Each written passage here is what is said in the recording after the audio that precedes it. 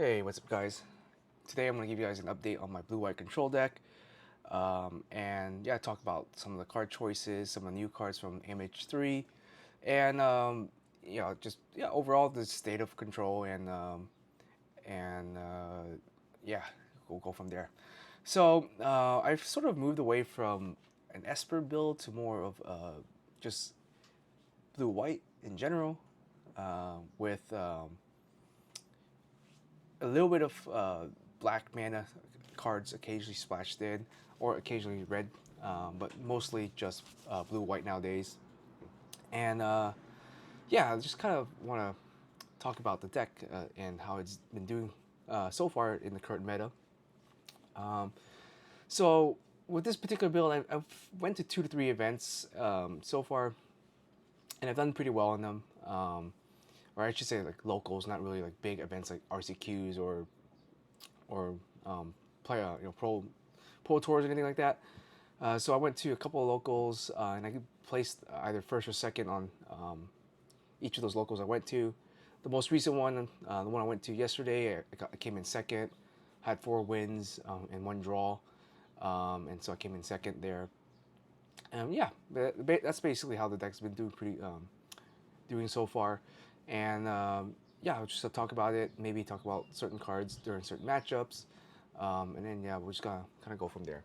All right, so I'm gonna break the deck into 2 pieces here, just to make it a little bit easier to handle. So I'll put the mana base to the side, and we'll talk about the main deck, or the main spells for now. All right, so the first spell I got here is gonna be Spell Pierce. I feel like with the way the meta has been shifting and how what cards are being played, I do feel like having multiple forms of disruption, whether it's early or just multiple forms of disruption in a single turn, is going to be sort of required nowadays. So what I mean by that is like, oh, if you have 3 mana, you don't want to just be casting 1 counter magic. You want to be able to have at least two counter magic, or a counter magic and removal, or something like that at 3 mana, or even at 2 mana sometimes. So Spell Pierce kind of fills in that slot where it allows me to uh, counteract other counter spells, or counteract potential big payoff spells for my opponent, or just cause them to stumble, or protect my own spells when I'm casting them. So if I'm casting something like Teferi, I have 4 mana, I cast something with the Teferi, they try to counter magic it, then I can Spell Pierce to protect Teferi and resolve Teferi and go from there. So that's what the Spell Pierce has been used for. I prefer this over other forms of cheap interaction or cheap counter magic.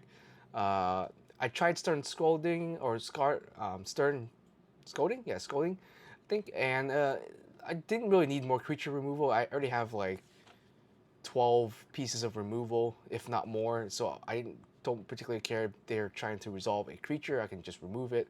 The only impactful creature that they would resolve that I would worry about would be like Bowmaster, if they're casting it in response to something like me playing Archmage to draw 2. Then obviously Stern would be better in that particular case. But I felt like I needed more interaction, more ways to counter sorcery in instances, and or like planeswalkers or artifacts. Those were more of a threat to me, I think, than the monsters or creatures that they're playing. So that's why I'm going with the Spell Pierce.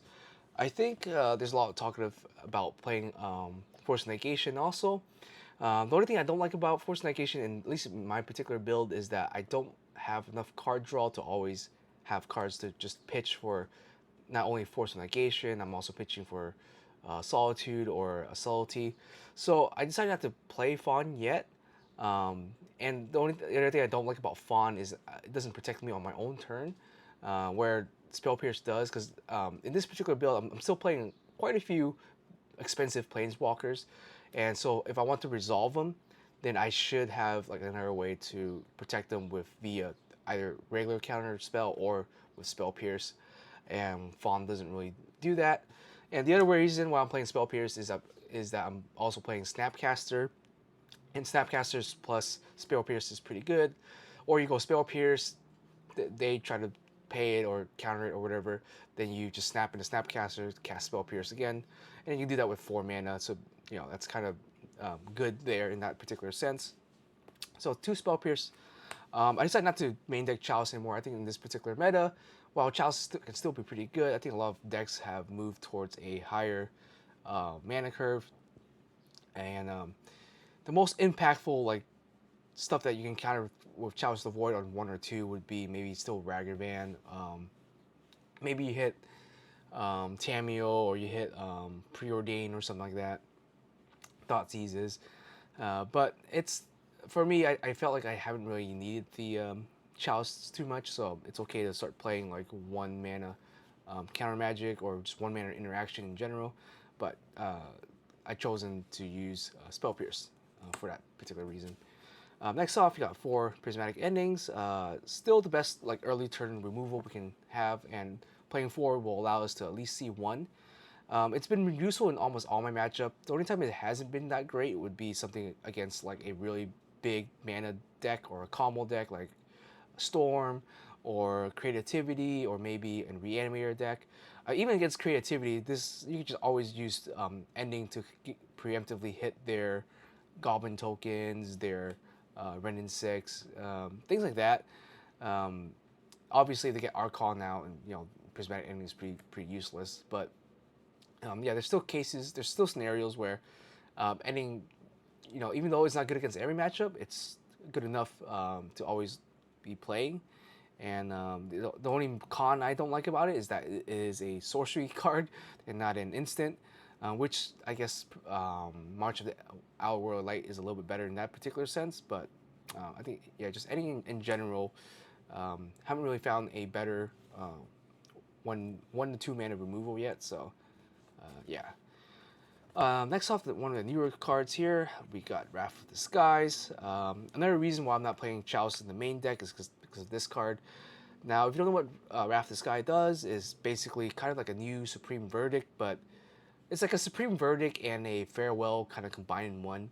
Um, or I guess a cheaper Farewell, I should say. So what Wrath of the Sky does is you pay 2 white, which is the base cost of it, and then you pay X, and then whatever you pay for X, you get energy, and then as a card resolves, you can pay X energy, and basically you can blow up anything, creature, artifact, and enchantments, anything that value that you paid and lower. So if you paid X equals 3, you get 3 energy, and then you pay 3 energy, it would mean you would kill anything that's 3 CMC and lower. And this is inclusive of all, doesn't have the non-land text, so you can hit lands also. If the land has like a artifact or enchantment land, then you're able to hit them, assuming that they're not indestructible, obviously. But yeah, it's a pretty good universality card, I guess. So yeah, I cast it a few times. I cast it against like Creativity, where they had Mirror Breaker, or Reflections, I should say. They had Reflection, Goblin token, maybe a couple treasure token, and I felt like it was safe to do it, so I just cast it on X equals to 3, and I just basically board wiped him. So yeah, like that's what this is pretty good for. Or if you're playing against something like Urza Saga, they have like a construct and Saga land, you can go Wrath of the Skies, X equals 0, and then you would just kill the token plus the land. So yeah, it's pretty crazy how versatile this card can be, and I definitely think moving forward you should at least play 2, maybe 3 copies in your deck. And in this particular case, I kind of replaced Supreme Verdict with it, and because it kind of does the board wipe plus hits the other permanents, which is really nice, which is something Verdict doesn't do. I'm not so worried about it being countered as much. The uncounterable nature of Supreme Verdict rarely ever matters. So I think Wrath of Skies is perfectly fine. Maybe against Infinity, maybe Supreme Verdict might be a little bit better if they're playing something like the improvised magic, counter magic. But outside of that, I think Wrath overall is just better. Now, it obviously doesn't hit big creatures unless you had a ton of mana to pay for it. So something like an Archon or a Titan, you're not gonna be able to kill with Wrath. But we have plenty of removal for those particular creatures with Solitudes and Leyline Binding, so I don't necessarily think you need the Verdicts as much to deal with those particular creatures. Now, obviously, they're playing against Living End. That might be an issue. Do they have a bunch of creatures? Then, yeah, for sure, Supreme Verdict is better. Or if you're playing against Rhinos, this is better than against Rhinos. You go X is equal to 0, kill both Rhino tokens for 2 mana, which is pretty good. That's something that Dress Down used to do against the Urza tokens, but now Wrath does it against both the Rhino tokens plus Urza tokens or basically any token deck. So that's what Wrath is really good for. Yeah, let's move forward. Snapcaster, pretty good. Sort of mini engine, another way to interact and basically use my graveyard as additional resource or counter magic. Yeah, I still like it. I tried the deck without Snapcaster. I just felt like I didn't have enough card draws. I didn't have enough ways to interact. Adding back in 2 Snapcasters have done pretty good for me. I think obviously 4 and 3 will be a little too clunky unless you're playing like Opt or Preordain or etc. More single mana spells. But since I'm only playing really Spell Pierce and a couple of counter spells, I thought just 2 Snapcasters is good enough. Speaking of which, we got the 4 counter spells. And Snapcaster is our cheapest CMC creature we have. So if we do Wrath Disguise for whatever, this is the only creature we would kill. Where like if I had Supreme Verdict and I had a Solitude, sometimes I don't want a Supreme Verdict because I want to keep my Solitude alive. Wrath Disguise, I can still keep the Solitude plus kill all the small creatures, and then go from there. So that's what I like about Wrath a little bit more than Supreme Verdict. 4 counter spells, not much to say. And then 4 Archmage Charms. I know a lot of people have moved away from Archmage Charms, and I do think sometimes the other cards might be better in it, better than it. But because I'm playing Snapcaster, I think it's still decent with Charm sometimes. And there's still a lot of 1 card or 1 drops that are just great to steal with Archmage's Charm. And like the last event I went to, my opponent was casting Ragged Bands, or they're casting Soul of Guidance, or they're casting Tamiel. You can just steal it with it, or Necrogoyf too. I stole someone's Necrogoyf yesterday, and I just walled them from ever attacking me. So those are good use cases for Charm. And he, when I stole his Necrogoyf, he had to waste like a bunch of lightning bolts, a bunch of unholy heat just to try to get rid of it. And then I would just let him bolt it once, and then he tried to bolt it again, and I would counter it. And then he just essentially just wasted a bolt on trying to kill his own Necrogoyf when he couldn't. Just in those particular cases, it causes your opponent to play a little bit weirder, or punishes them for committing too much to a 1 drop that maybe they're hoping to create some sort of advantage with. I also stole like a Tamiel, and I kept attacking with her, and I would draw with a clue. Do be careful when you steal like one of those type of planeswalkers, because if you I accidentally flipped Tamiel yesterday because I didn't realize, oh yeah, it triggered and it flipped. So I stole, and I had like 2 clues. I drew with like the 2 clues, and my opponent reminded me that, oh yeah, Tamiel triggers, she flips, goes back to his field. It didn't really matter. I was already up like 5 cards, and he was just, all he had was Tamiel and 1 card in hand, so it didn't really matter at that case or in that particular scenario. But yeah, just be careful of that. Other than that, it's just good old counter magic at 3. If you really needed to, you often don't want to counter spells with Archmage's Charm. You often either want to steal something, or draw 2. So, but yeah, you can definitely play some of the other ones. You can play Flame of Anchor is the popular one. The Inverse Polarity, I think, is also the newest card. I got hit with Inverse Polarity a few times yesterday because I played against a couple of Wizard decks. I think 2 Wizard decks. 1 Grixis Wizard, and then 1 Izzet Control Wizards. And each time they resolve polarity, it sucks, but for some reason I still won. Like I think one match my opponents like took my charm, another match or same match he took my solitude, and I still came out on top. Like I don't know, like I feel like those decks they're while it's like a good temple deck, and the card itself is not bad. It's just I don't know, like I feel like you just gotta play more greedily with the polarizing or invert polarity, because sometimes you don't need to counter something and then you just counter it just to counter it and then try to take it. And then that leaves me open to do whatever I want because you just spent 3 mana on a spell that I particularly probably didn't care about, or I'm trying to bait you to counter it or take it. Like yeah, it sucks that they take their spells sometimes 50% of the time, but like I'm sometimes just throwing stuff out there just to bait them and play my more impactful cards later on. So I don't know. I don't I don't plan on playing it, even though I could because I have the sort of mana for it. I just wouldn't really want to try it yet. So okay, next off, triple Teferi. I think Teferi, if you still resolve this guy, he still wins you the game.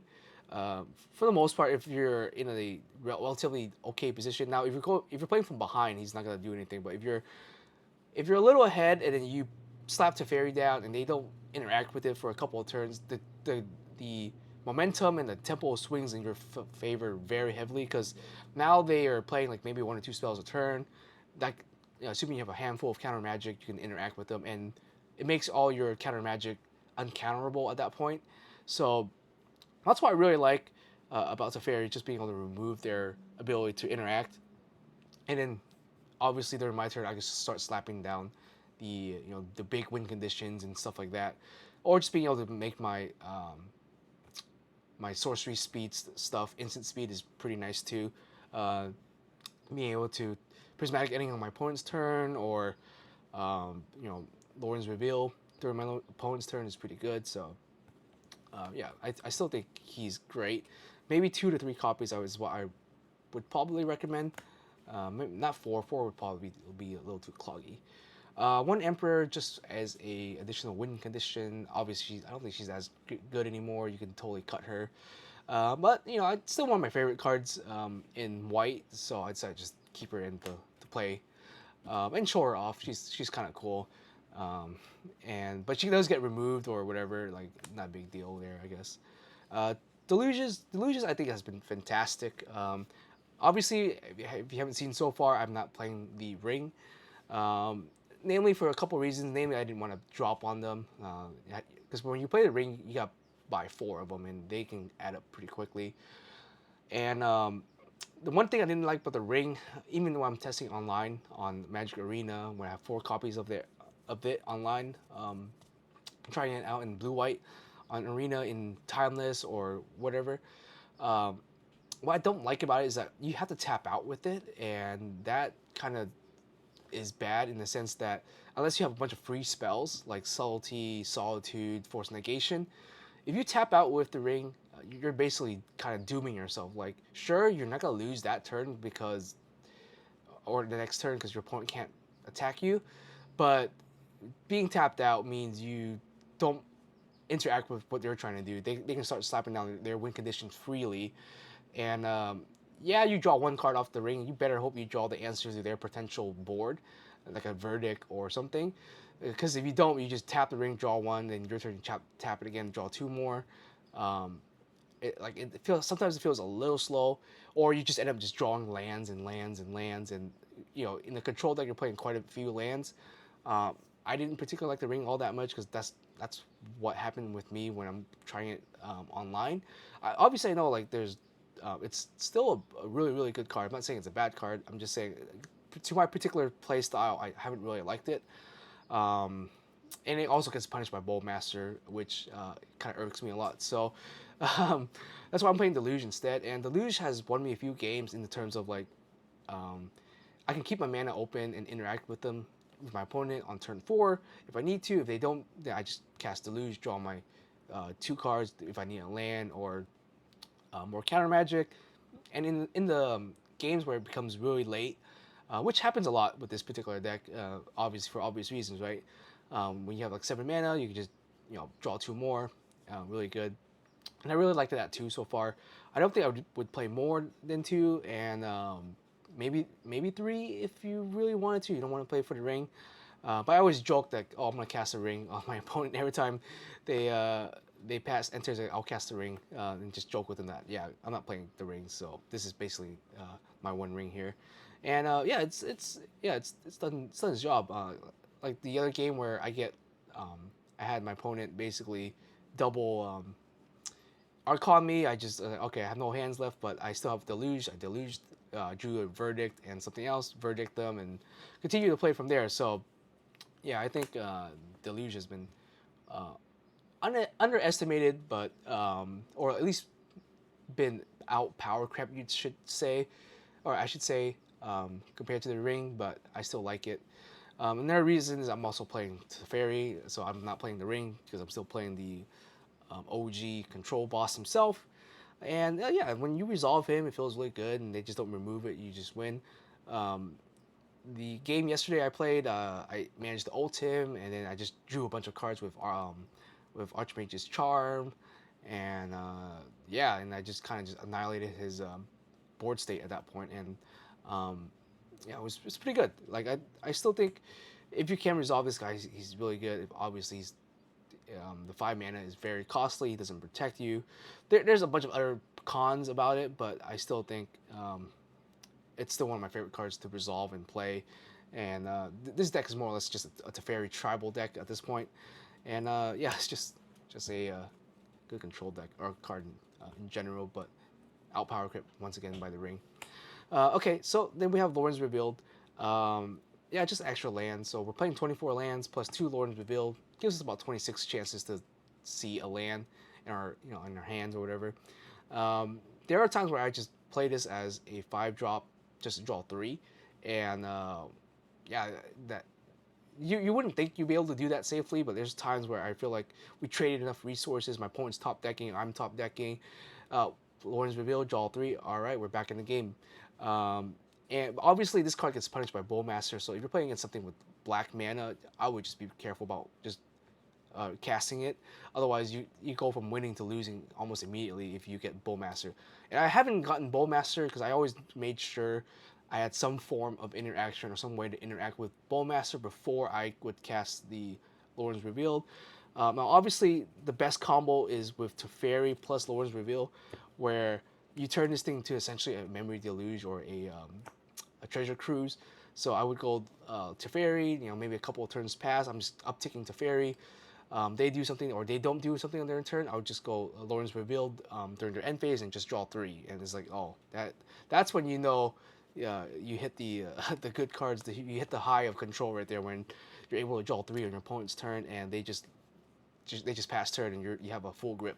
So nothing feels better than that. So yeah, definitely been liking Lords Revealed. Also, it's also I guess a blue mana card. So if you're playing Fawn, you can pitch for it, or you're playing Salty, you can also pitch for it. So I think 2's been a pretty good number. Also helps you to search for island in case you get Blood Moon. Then you can always search for an island. That way, you can at least try to remove the Blood Moon with something like an Aether Gust or any other blue bouncing removal that you got. Maybe Aurora. I don't know, something like that. Okay, and moving on, then we have our final kind of sweep of removal. Solitude, basically the win condition in my deck so far.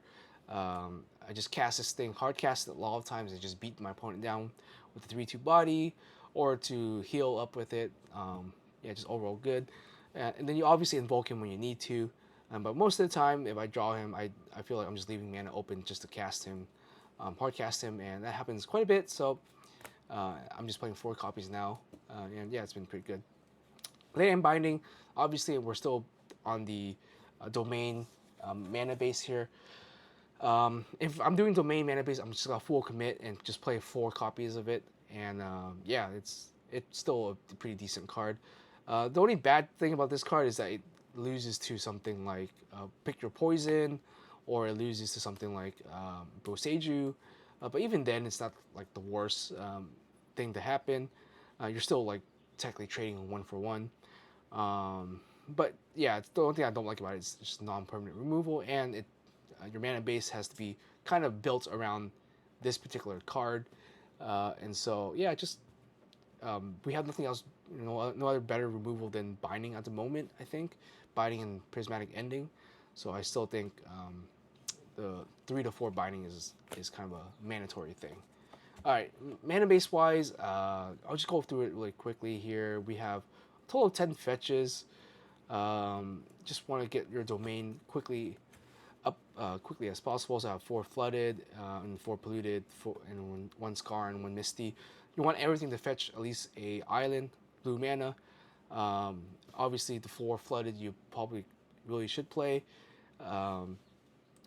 You could play the green white one, I think, or any of the other white one if you wanted to. I just decided to stick with just blue because we're playing 4 Archmage's Charm and 3 island. Want to be able to just get those islands in immediately. You could do something like 2 misty, 2 scarding, 2 polluted. I just happen to have 4 polluted, so play it that way. If you play something like this, though, you're a little bit more weak to Piffing Needle. You're a little bit more weak to surgical extraction, but I don't think it's a huge deal. Rarely does it come up where my opponent interacts with like all 3 of my fetch lands. Then we have 3 Trinomes, just to get me my colors that I need, and a little bit of redundancy in case I get Boseju'd or land hated. Then that's what we got there. And then we have the 4 shock lands. Reason why we do these particular combination here, obviously if you do towers and Ketra, you get your domain immediately, or you do towers plus steam vents, you get a domain to 2 or 4 right here, or you do Spartas plus watery graves to get your domain to 2 also, or you do this plus this to get you the domain to 2. Basically, you just want domain to 2 or 1 as soon as possible, and these combination of colors will get you there. And on top of that, it gives you colors to do Prismatic Ending for 5, which I've done a few times. Prismatic Ending for 5. I hit People's Solitude. I hit Fury when he used to be in the meta. I hit 5 mana to Fairies. I hit quite a few 5 mana permanent with Prismatic Ending. So this gets you that, gets you domain. It's a very greedy mana base though, so if you'll get punished by Blood Moon, Magnus of the Moon, Harbinger of the Sea. So just kind of be careful of that. Harbinger of the Sea is not such a big deal because we're mostly a blue deck with white. So white is one of those things that you might get cucked though if they Harbinger of the Sea you. But you could easily still remove her. Not the biggest deal. You can just Solitude, pitch, whatever, remove the Harbinger, and you're back online. So Magnus of the Moon and Harbinger aren't such a huge threat. It's just Blood Moon, in my experience, has been the biggest detrimental card. Then you have 3 basic islands plus 1 plains. If you're not playing Archmage's Charm, you can add a 2nd plains. But since I'm playing Archmage's Charm, I really need triple blue by turn 3, so almost every land in my deck gives me blue mana, and then the rest utility. This is just to convert the plains to give me blues, these to give me white, so it converts like the islands to whites, converts the plains to give me blue, and yeah, that's basically it. So that's why we're playing the gates at 2. Now, obviously, the gates by itself is not good, so I don't think you want to play more than 2 or 3 at best. So, and then the final utility land here is just Hall of Storm Giant. Sometimes you just need the last push, and this is what Hall is for. So you need to push with like Subtlety and Snapcaster and some extra damage. That's when you use the Hall for. Other than that, not much to really say about Hall. And finally, moving on to the side deck, sideboard here, we got 2 Chalice. Chalice still sometimes good on 1. Namely, you're gonna play it on 0. I've since moved away from playing it on 1. but there's sometimes there's certain decks that you play on one, you just they don't have a way to remove this thing, you just win. Against Izzet Wizards, I resolved this on one, and he just couldn't really do anything for the rest of the game. He tried to Flame of Anchor it. He got really greedy. Like I casted this thing, he tried to cast Snapcaster, Flame of Anchor to pop to destroy it, but I don't vetoed his Flame Anchor, and then now he let that resolved, and then he just couldn't cast anything else that was 1 mana for the rest of the game. He had a bunch of like spell snares, he had spell pierces and all that jazz, but I don't vetoed his Flame Anchor, and yeah, kind of just won from there. In hindsight, I think he should have just played counter magic regularly, but yeah. All right, then next off we got Cold Signs of Memory. I want to spend a little bit of time on this particular card here, since it's kind of brand new, and I want to explain a little bit of its pros and its cons. But let's look at the rest of the sideboard. We'll leave this aside, and then we'll talk about it. So 2 Aether Gust just to remove Blood Moon and to play under Veil of Summers. Yeah, still one of my favorite cards. The 1 veto, yeah, the 1 veto I drew off against my opponent yesterday actually just won me the game. Hollow Moonlight, because there's still a lot of creativity decks, there's still a lot of Cascade decks, and etc. So Hollow Moonlight's just been a solid card. Kai's Guile, just to hit graveyards. I hit Wizard a few times with it. I haven't played against any Phages and stuff yet, but I imagine this is going to be decent against Phage. Or even Burn, so that's why I still keep the 2 in here. It's my only black card that I play, and that's I think it's versatile. I entwined it a few times too, so when I have extra mana, I'll just entwine this thing, and yeah. And then we got the 2 Verdicts and the 2 Subtleties, just extra zero interaction here, and then just board wipes in case I actually need a board wipe. If I'm playing against something like Living End, or maybe an Archon or something, then that's where the Salty comes in. Okay, so Cold Sign of Memory, the newest card here. Cold Sign, what is interesting about it is that, first off, you can play this thing under Chalice, which is kind of funny. So even if you have Chalice on the board on 1, if you cast this and then you replicate it for an additional mana, yes, Chalice will counter the first copy, because the card, but it won't counter the copy of the replicate or of Consign. So that's how you play with it under Chalice. You can also use this against something like an opposing Salty. So let's say, for example, I try to cast I invoke a Solitude, right? So I'll pitch like where the hell is the Solitude? So so these are hypotheticals, but it's just something to think about. So let's say I invoked Solitude, I'll pitch Verdict, my opponent goes Salty, he invokes it or something like that to try to stop my Solitude.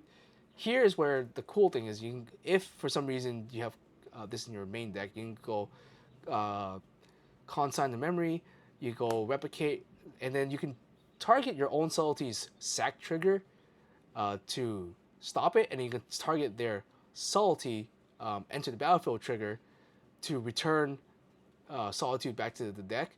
So that way you can stick a Solitude on the board, and then their trigger to remove Solitude would also not resolve. So those are just kind of the weird things to think about. Another use case for Consign is against Storm. If you play against Storm, they cast a card that has Storm or like a whatever trigger, right? Storm trigger. So Storm is a trigger, like the mechanic to copy a bunch of spells and whatnot. So that's a trigger. So they try to Storm off, you go Consign targeting that trigger to trigger Storm, and then they would not get the million copies of Grape Shot, for example. So if they cast like Grape Shot, the Storm trigger goes on the stack. You can Consign to memory that, and then it just does 1 damage, and that's it. So something to think about there. And then I think another use case for this is, let me think. Obviously hitting the Eldrazi's. So for 2 mana, you can basically just cuck an Eldrazi. You target to counter the spell, you target their cast trigger.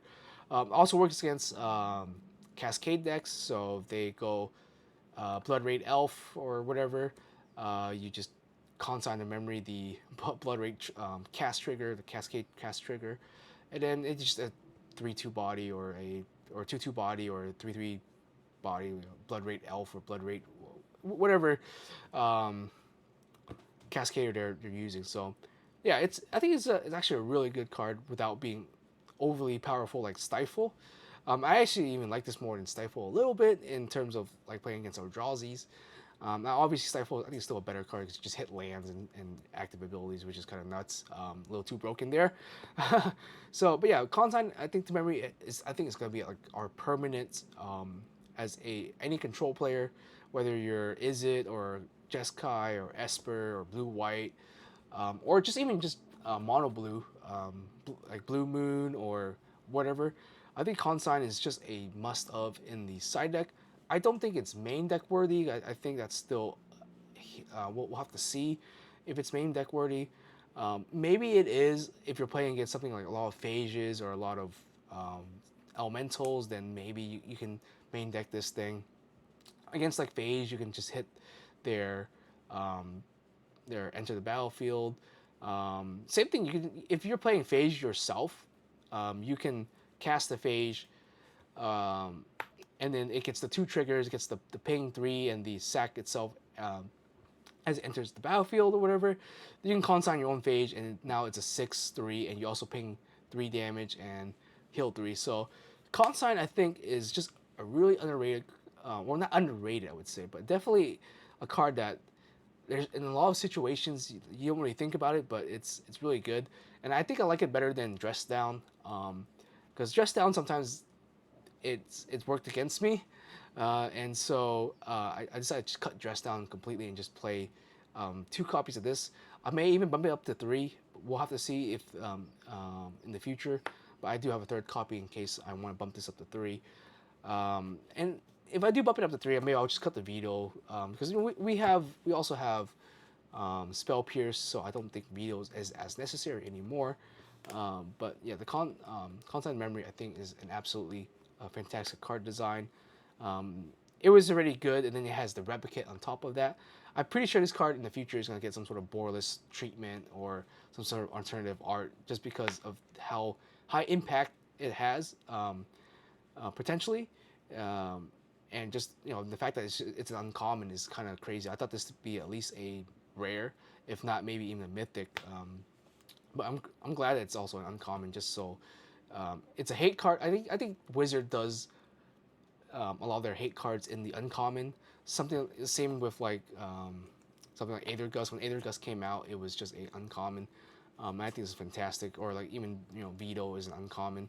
But yeah, I think this is gonna be a really a fantastic card for going forward, and definitely if you guys have the ability to pick it up, definitely pick up 2 to 3 copies of this, or maybe even 4, depending on your deck. You would play 4 if you're like playing Phage, to try to cheat out your own Phage. But if you're not playing Phage like I am, then I think 2 is good. Plus, I also have Snapcaster, so I can go Snapcaster, consign to memory. Unironically, you can also consign to memory a Snapcaster, so they go Snapcaster, enter battlefield trigger, you can consign the Snapcaster. Now it's just like 2/1 body, so yeah, a lot of good utility use for this particular card. I didn't get to use it yesterday as much. I wanted to try it out, but there wasn't any particular deck that I thought I would need to side it into. Hence why I think it's a side deck worthy card. I don't think it's a main deck worthy card yet. But yeah, I think going forward though, yeah, for sure. Anyways, guys, I think I went long enough for this particular video. I'll make another episode talking about my matchups that I had at yesterday's event. And yeah, I look forward to that, and I'll see you guys next time.